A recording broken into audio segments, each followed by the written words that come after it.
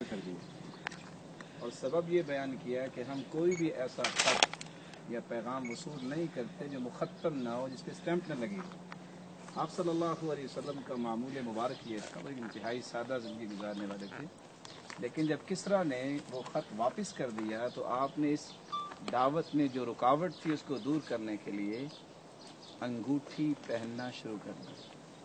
وہ انگوٹھی بطور مہر استعمال کی جاتی تھی، جس پہ لکھا ہوا تھا سب سے نیچے محمد، پھر رسول، پھر اللہ۔ سب سے اوپر اللہ تھا، اس کے نیچے رسول اور پھر محمد۔ اس طرح وہ انگوٹھی رسول اللہ صلی اللہ علیہ وسلم اپنے بائیں ہاتھ میں اس چھنگلی کے ساتھ والی انگوٹھی میں پہنتے تھے، تو پھر اس کو بطور مہر استعمال کرتے تھے۔ تو یہی انگوٹھی جو ہے وہ رسول اللہ صلی اللہ علیہ وسلم کے پاس ابو بکر کے پاس آئی، پھر ابو بکر صدیق رضی اللہ تعالیٰ عنہ کی وفات کے بعد جو ہے عمر رضی اللہ تعالیٰ عنہ کے پاس آئی، اور عمر رضی اللہ تعالیٰ عنہ کے بعد پھر عثمان رضی اللہ تعالیٰ عنہ کے پاس یہ انگوٹھی آئی۔ یہ وہی کنواں ہے جس کنویں کو خریدنے کے لیے عثمان رضی اللہ تعالیٰ عنہ نے ایک ہی مجلس میں آج کل کے حساب کے مطابق 2.5 کروڑ روپیہ جو ہے وہ اللہ کی راہ میں وقف کیا تھا۔ اور پھر اسی کنویں میں عثمان رضی اللہ تعالیٰ عنہ آئے، اور جب فتنے پیدا ہو گئے تو اس کی منڈیر پہ ہی بیٹھے تھے اور سوچ رہے تھے اور اپنی انگوٹھی کو حرکت دے رہے تھے، تو اچانک سے وہ انگوٹھی گر گئی، سارا پانی نکالا لیکن وہ انگوٹھی نہیں مل سکی، اور رسول اللہ صلی اللہ علیہ وسلم نے فرمایا تھا کہ عثمان تیرے وقت میں ایک ایسا فتنہ کھڑا ہوگا، اس کے بعد وہ فتنہ ختم نہیں ہوگا۔ صحابہ کرام جب انگوٹھی نہ پا سکے تو سمجھ گئے تھے کہ آج کے بعد یہ فتنوں کا دور ختم نہیں ہونا۔ تو یہ وہ عثمان ہے، بیر عثمان کے نام سے مشہور ہے۔ تو یہاں ہمیں 3 سبق جو ہیں وہ لینے ہیں۔ سب سے پہلا سبق یہ ہے، اسلام کو جب کسی چیز کی ضرورت پڑ جائے اور وہ شریعت کے مخالف نہ ہو تو اس کو لینے میں کوئی قباحت نہیں ہے۔ اللہ کے رسول صلی اللہ علیہ وسلم بیٹھ کے دعوت دیتے، ممبر استعمال نہیں کرتے تھے، لیکن جب عمر رضی اللہ تعالیٰ عنہ نے کہا کہ آپ پوری دنیا کے لیے قدوہ ہیں، نمونہ ہیں، آئیڈیل ہیں، آپ کے لیے ممبر بنانا چاہیے، وفد آتے ہیں اور ان کو پہچان نہیں ہوتی کہ پیغمبر کون ہے، تو پھر فقیہہ الانصاریہ، یہ صحابیہ ہیں جس کا خادم تھا نجاری میمون، اس کا نام تھا میمون، اس میمون نے لکڑی جو ہے جھاؤ کی لکڑی، جس کو آج ہم پاکستان میں دیار کی لکڑی کہتے ہیں، اس لکڑی سے 3 سٹیپس کا ایک ممبر بنایا جس پہ بیٹھ کے اللہ کے رسول صلی اللہ علیہ وسلم درس دیا کرتے تھے۔ اسی طرح یہ انگوٹھی ضرورت پڑی تو آپ نے بنائی۔ آج بھی ہم سٹیمپ استعمال کرتے ہیں آفیسز میں، یہ اسلام کے مخالف نہیں ہے، اس کی اصل ہمیں ملتی ہے۔ تو ہر وہ پہلو جس سے دعوت جو ہے وہ بہتر ہو سکے اور وہ اسلام کے مخالف نہ ہو، اس کو لینے میں کوئی حرج نہیں ہے۔ رسول اللہ صلی اللہ علیہ وآلہ وسلم نے تورات کا جب ورق دیکھا تو ناراض ہو گئے، فرمایا وَمُتَحَوِّكُونَ أَنْتُمْ يَا ابْنَ الْخَطَّابِ، قرآن کی موجودگی میں آپ نے تورات کا ورق یہ کیوں پکڑا؟ لیکن ایک وقت آ گیا کہ جب ایسے لوگ آئے جو عبرانی اور سریانی بولتے تھے اور یہودی تھے، وہ رسول اللہ صلی اللہ علیہ وآلہ وسلم عربی زبان میں ہی گفتگو کرتے تھے، لیکن ٹرانسلیشن کرنے کے لیے کوئی شخص نہیں تھا۔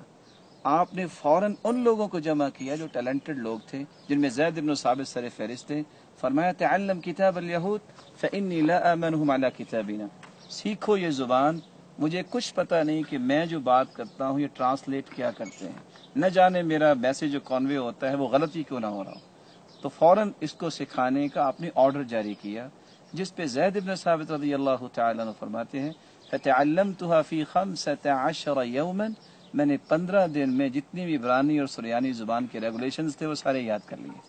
تو اس حدیث سے ہمیں پتہ چلتا ہے کہ یہ انگلش زبان سیکھنا، یہ فرینچ سیکھنا، تمام زبانیں واختلاف السنتکم والوانکم، یہ ساری اللہ کی نشانیاں ہیں۔ اگر دین کی سربلندی کے لیے دعوت میں اس کو استعمال کرنے کے لیے سیکھا جائے تو اس میں کوئی گناہ نہیں ہے، لیکن علماء نے اس بات پہ ضرور زور دیا ہے کہ اگر مرعوب ہو کہ کوئی انسان انگلش بولتا ہے کہ یہ زبان قرآن کی زبان سے افضل ہے یا فلاں ملک جو ہے وہ اس کو استعمال کرتا ہے، تو یہ مرعوبیت مسلمانوں میں نہیں آنی چاہیے۔ لیکن صرف میدان دعوت میں کامیابی حاصل کرنے کے لیے اس طرح کی چیزیں سیکھنے میں کوئی قباحت نہیں ہے، بلکہ ما لا یتم الواجب الا به فهو واجب، جس چیز سے واجب مکمل ہو وہ بھی واجب ہو جاتا ہے۔ وضو واجب نہیں ہے، فقہا یہ کہتے ہیں کیونکہ وضو کے بغیر نماز نہیں ہو سکتی، اس لیے نماز واجب ہے تو وضو بھی واجب ہو گیا۔ تو اگر ہم نے اسلام کو اچھے انداز سے نکھرے انداز سے پیش کرنا ہے تو اس کے لیے جو بھی ہمیں ایٹیکیٹس لینے ہوں جو اسلام کے مخالف نہ ان کو اختیار کیا جا سکتا ہے۔ اور تیسری بات جو یہاں ہم لینا چاہتے ہیں کہ رسول اللہ صلی اللہ علیہ وآلہ وسلم نے سارے صحابہ کو نہیں کہا کہ عبرانی سیکھو، وہ لوگ 10 سال زید بن ثابت اللہ کے رسول کے ساتھ رہے، اتنی لمبی رفاقت، آپ کی تربیت ہو چکی تھی اور آپ کو اسلام کی بیسس جو ہے اس طرح اچھے انداز سے سمجھائی جا چکی تھی، ان کو کہا۔ تو مسلمان جو ہے ان کو اپنی ساری اولاد کو یہ ایک کام پہ لگا دے، یہ ٹھیک نہیں ہے۔ اس طرح کے معاملے کو حل کرنے کے لیے اس بچے کو آگے کرنا چاہیے، ان لوگوں کو آگے آنا چاہیے جن کو اللہ تعالیٰ نے اسلام کی اچھی سمجھ دی ہے، پھر وہ انگلش کیا ہر میدان میں ان کو پی ایچ ڈی کرنی چاہیے تاکہ مسلمانوں کو ہر میدان میں ہی کامیابی حاصل ہو۔ یہاں اس سے ملتی جلتی ایک بات جو ہے، مسلمانوں کو اپنے شعارات جو ہیں ان پہ فخر کرنا چاہیے۔ مسلمانوں کا شعار جو ہے وہ ہے اللہ کے رسول صلی اللہ علیہ وسلم کا قول اور عمل۔ آج کتنے لوگ ٹائی پہن لیتے ہیں، ٹائی یہ کس وقت سے ایجاد ہوئی؟ کچھ لوگ کہتے ہیں یہ بھی تو ایک ضرورت ہے، لیکن جس چیز میں تقدس آ جائے کسی چیز کا وہ پہننا جائز نہیں ہے۔ یہ تقدس ہے عیسائیوں کے نزدیک صلیب کا نشان۔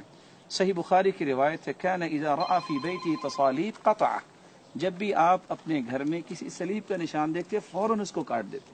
حالانکہ یہ جاندار نہیں ہے لیکن اس میں تقدس ہے۔ تو کسی بھی پیر صاحب کی کھونٹی ہے، جوتی ہے، پگڑی ہے، ٹوپی ہے،